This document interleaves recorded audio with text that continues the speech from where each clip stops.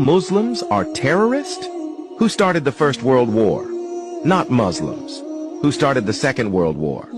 Not Muslims, who killed about 20 million of Aborigines in Australia. Not Muslims who sent the nuclear bombs of Hiroshima and Nagasaki. Not Muslims who killed more than 100 million of Indians in North America. Not Muslims who killed more than 50 million of Indians in South America.